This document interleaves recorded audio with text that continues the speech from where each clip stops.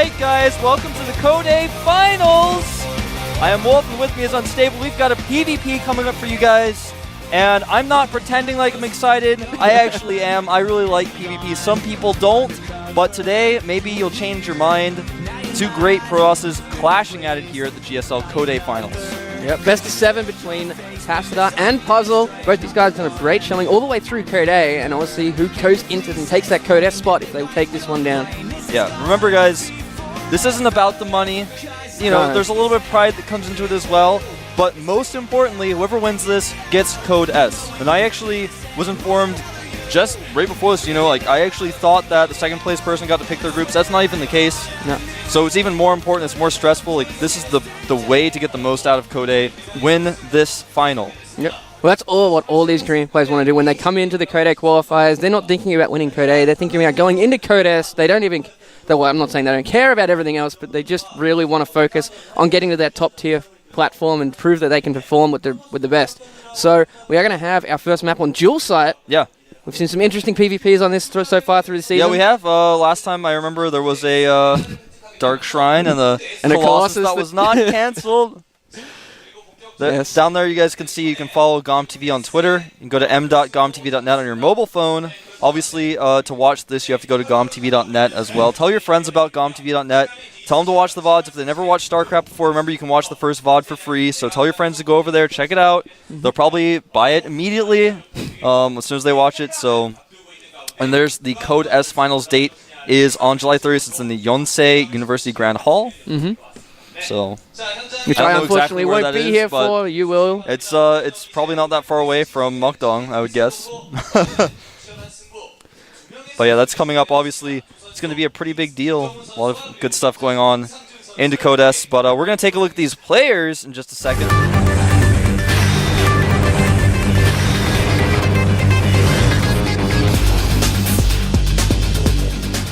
독하게 하고 무조건 결승 가서 코드 S를 지켜야겠다라는 목표를 가지고 있었는데 그 목표를 일단 결승까지 온 거에 대해서 너무 기분이 좋은 것 같아요. 이렇게까지 많이 올라올 줄은 몰랐는데 대진을 보니까 근데 제가 운이 좋았던 건지 상대분들이 긴장하시는 건지 잘 모르겠는데 어쨌든 올라와서 다행인 것 같아요. 아무래도 4강 이동영 선수가 가장 기억에 남고요. 그 선수랑 할 때 거의 다 장기전이었던 것 같은데 장기전이었던 만큼 이긴 것도 2배가 돼서 더 좋았던 것 같아요. 네, 문성원 선수. 제 첫 GSL 개인 리그 데뷔이기도 하고 그 전까지 분위기도 굉장히 좋았던 분이라서 제일 기억에 남아요. 사람들이 제야 토스 투탑이라고 부르시던데 전 그렇게 생각하지 않고요. 전 제가 원탑이라 생각했어요. 나에게 코드 A라는 인터뷰 있었잖아요. 제가 반찬 값보이라고 했는데 그거는 그냥 반찬 정도 되는 것 같아요. 저희 팀 토스가 김상준 선수보단 잘했지 못하다고 생각하진 않거든요. 그래서 그 선수들이랑만 평소대로 연습하면 4대 0까지도 나올 수 있을 것 같아요.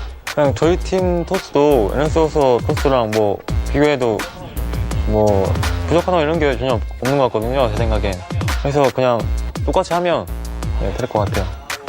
4대 0을 예상하고 싶은데 스프전이라 좀 변수가 있으니까 4대 1로 예상을 하고 있습니다. 제가 아무래도 결승에 올라왔다 보니까 이번 바켓룰이 너무나 좋은 것 같고요.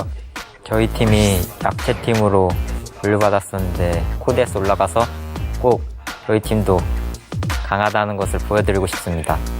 지금 코드 S에 코드 S급 실력이 아닌 분들이 좀 있거든요. 그래서 이번에 우승해서 그분들 빈자리 좀 채워서 코드 S 수준을 좀 높이고 싶어요. 힘들게 올라오셨는데 제가 프로토스 대 프로토스전이 자신이 있다 보니까 그냥 일주일 동안 승격 강등전 준비 열심히 하셨으면 좋겠어요. 열심히 연습하고 결승전에서 떨어져서 승강전 가실 거면 연습하지 마시고 그냥 편안한 마음으로 결승전 했으면 좋겠어요.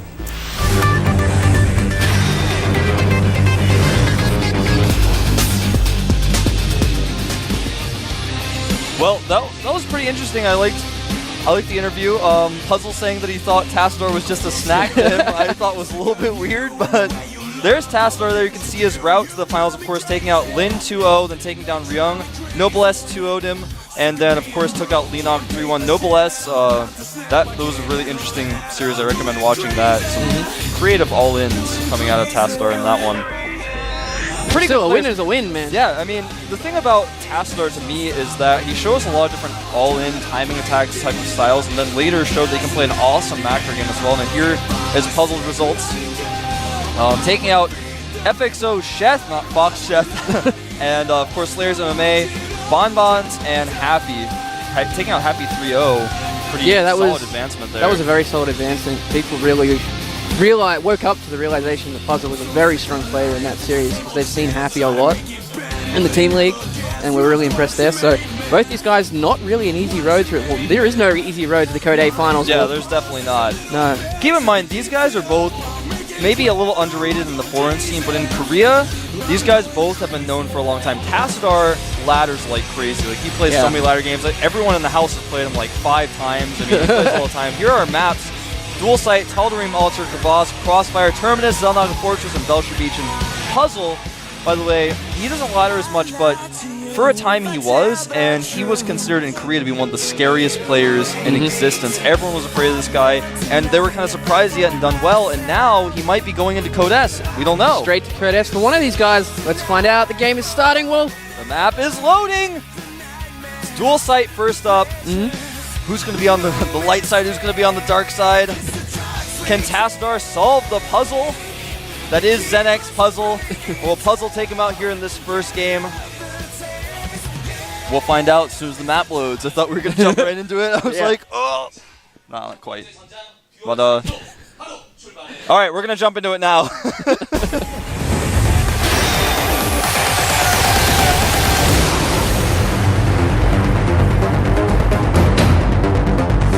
All right, over here at the bottom left, member of the team, NS Hosa, named after a Protoss warrior. He is known as NS호서 태사단. There he is. Very scary player. There's a lot of different tricks up his sleeve. His opponent, the top right, member of the team Zenx, used to be known as Zero, and also used the name Force Field Mon. He is. 퍼즐. Try to struggle to get that up. Force Field Mon. Gotta be careful with that second name, man. It comes quick. I know. Well, I expect that both these guys are going to play extremely standard right off the bat. I don't think we're going to see anything too crazy. Well, they got a lot of games to get through. It is best of 7. They're going to have a lot of time to show the different strategies. But this map, we see I've personally seen a lot more DT play than any other map on this one. Yeah, it could just be skewed. That is just a kind of a coincidence. Yeah, but you know that does seem to be the case. Something I'll say right off the bat is that Puzzle did go for a 13 gate instead of a 12 gate. That means his core is later, his warp gate research is later. So in certain 4 gate situations, that can become important. So I just want to mention that right off the bat. Yep. We're about to find out if these guys are going to take a second gas right off the bat or not, especially if they're going to do it in plain view of their opponent, what timings they're going to get their second gases, or if they're going to get it at all. You've seen that 4-gate has evolved to a sense where there was a time where people just stopped doing it because it was so hard to pull off after the sentries. And then people found out they could still do it. They had to do it a little bit differently. Well, that's going to happen with every strategy throughout the game. It's going to keep rotating like that forever. And we're just kind of in this current state of PvP right now where you don't know exactly what's going to happen because either one is still popular at this particular point. Well, that just makes it more intense for the players themselves. They have to be even quicker. They need to be scouting more. They need to react appropriately to what exactly goes on. Whoa, there we go. There's the second gas. Yeah, so Puzzle taking that second gas right off the bat here, not being shy, showing it to his opponent. That probe continuing to be annoying inside Tassadar's base. He wants to see if his opponent takes a second gas. And Tassadar's chrono boosting his warp gate right now. Yeah, both of them have 50 energy on their Nexus as well, so that's probably going to go straight down on that warp gate research. But how's this second gas going to affect the different playstyles? Well, here's the thing about the second gas. It opens up a lot of different playstyles. It means you can get more sentries out, but you have to be very careful because sentries aren't just about how many of them they have or how many force fields you have. It's about how many you can get away with not making. Because if you make more than 2 sentries, then your army is just worthless and your opponent can do whatever he wants because you've invested so much gas in that and the sentries cannot really fight. So right now we see Tassadar is going to go for a 4 Warp Gate attack. He has saved his chrono. He's used all of his chrono on that Warp Gate research after his opponent left his base. Yeah. He's got a Probe, a Zealot, and the Stalker going out in the middle of the map. If you guys have played PvP, you know what I'm talking about. This always happens, and you try to find it, but he is going to find it. He is going to actually see it. But he won't kill the Probe in time, I don't think, here, and he's got to run away. He wants to keep that Stalker alive. The Probe's going to make 2 pylons at the bottom of the ramp. Yep. He does have a sentry coming in a couple of... Oh, he's going to get a pylon on top of the ramp. This could be game ending if that pylon finishes. Needs to pull that Stalker back. Does not want to lose it this early. There's nowhere for the Stalker to run. Stalker will die, but he may end up being able to win this game because his Warp Gate research is done. They're warping into Warp Gates now. The pylon will finish. This could be it for Puzzle. His Warp Gates haven't even started morphing. There they go. Stalker's warping in. I think this is going to be the end of Puzzle. He's going to have to micro, but I don't know how much micro you can really do in not this against situation. 4 Stalkers. He's brought in two more Stalkers for himself, but that Warp Gate research was slightly slower, and that pylon on the top of the ramp is critical. He's chased out these Stalkers, but he doesn't really need to be that shy. Yeah, this is going to be so hard for Puzzle to hold. He's going to lose that Zealot in the next round. If Units comes in, he's bringing in 3 Zealots. Oh, no, he lost the pylon, but there is vision. Warps in the second round at the pylon on the, of course, using that vision with his Stalkers. And again, he's just not going to be able to hold this. His units are just behind. And when you've got 3 Stalkers against 2 Stalkers with Zealots supporting them, you don't last very long.